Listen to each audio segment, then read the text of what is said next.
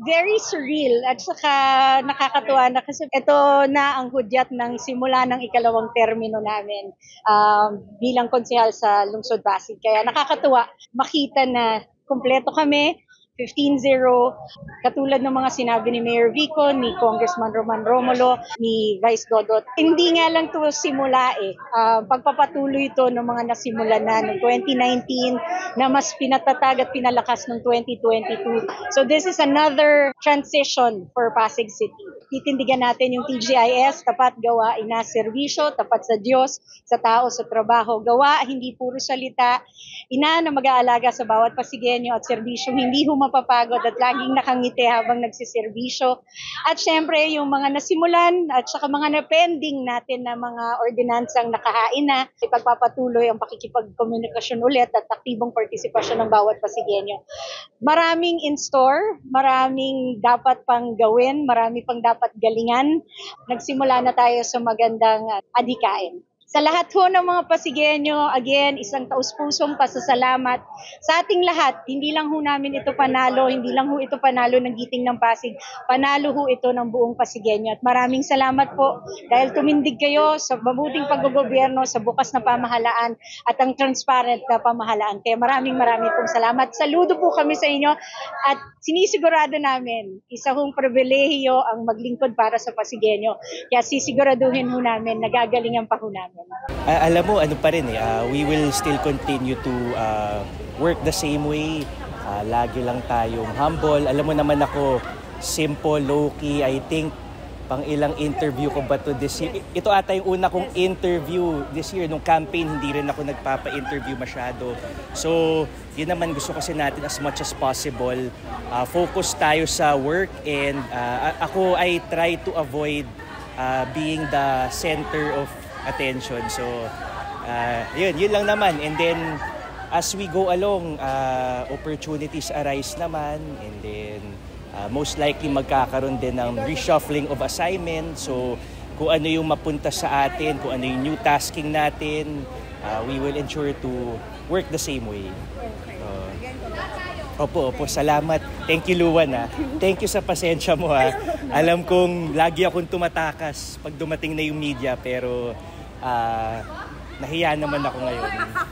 Sa lahat ng Pasigenyo na nagtiwala at sumuporta at naniniwala sa mga reforma na ating pong isinsulong, maraming salamat po sa inyo. Ito pong bagong mandato po natin. Again, hindi lang po ito tungkol sa ilan, hindi lang po ito tungkol sa mga politiko. So, tungkol po ito sa ating lahat, sa Pasigenyo ng kasalukuyan at syempre sa Pasigenyo ng hinaharap. Uli po, laban lang po, dire-diretso lang tayo, pagbuhay po kami sa Pasig. Syempre, pagiging transparent ng isang lokal na pamahalaan, mas bukas na libro at mas tamang proseso na maipaalam po natin sa lahat ng taong bayan. At pangalawa, syempre, tinutungtungan pa rin natin to end the political patronage. Again, ang pera ng taong bayan. Pera ng taong bayan, hindi dapat ito utang na loob sa kahit kaninong politiko. At syempre, nandiyan pa rin ang pagtutok natin sa universal healthcare at sa mas maganda at accessible na dekalidad na edukasyon dito sa ating lungsod. At syempre, tututukan pa rin po natin yung pondo ng ating lungsod sa konseho bilang chairman ng Appropriations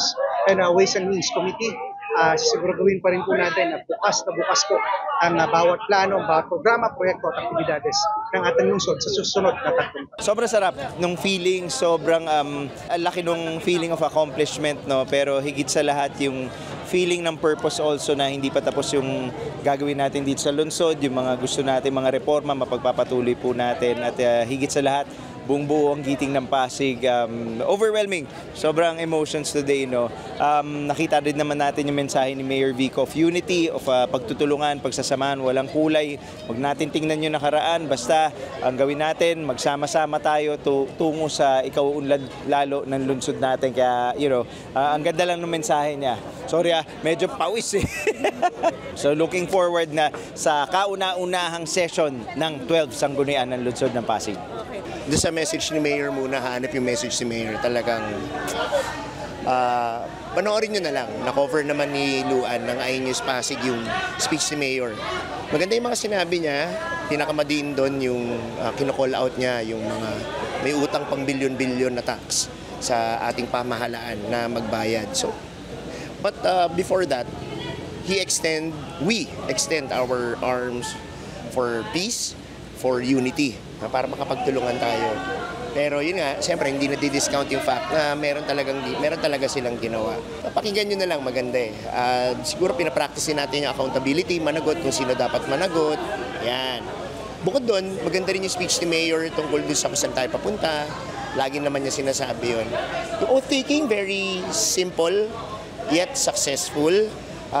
Intimate din at the same time. Makikita nyo naman sa cover ni Luan na very, hindi ganun kadami yung mga tao. Pero yung mga meaningful at yung mga nandito na tao, yung mga tumulong at sumuporta din naman. Kay Bossing Vic, tsaka kay Tita Connie, maraming salamat sa pagsuporta sa amin. Grabe yung suporta po ninyo. Lalo na sa pamilya ko din. Maraming salamat sa asawa ko, kay Steph, sa mga anak ko na umiintindi pag wala ako sa bahay. Anyway, it's not about me. Today is not about me. It's about the Pasigueños. Actually, itong oath-taking na to ay bigay pa sa salamat po sa inyong sinuporta sa atin. Maraming salamat po sa inyo. Luan, maraming salamat sa pag-cover lagi. Lagi nakaantabay sa i-reveal ko ano yung mga totoo. Hindi ka nag-edit, hindi ka nag-fix something para magmukha kaming, in short, hindi mo kami siniraan sa iNews Pasig. Maraming salamat ever since nakatindig ka sa amin. Salamat, maraming salamat sa iyo. Successful po ang ating proclamation for today. Kaya magandang umaga po lahat ng Pasigueño po nanonood. Maraming salamat po sa sumuporta sa Team Giting ng Pasig. Ito na po ang trabaho na binoto ninyo. Maraming salamat po at magkikita po tayo.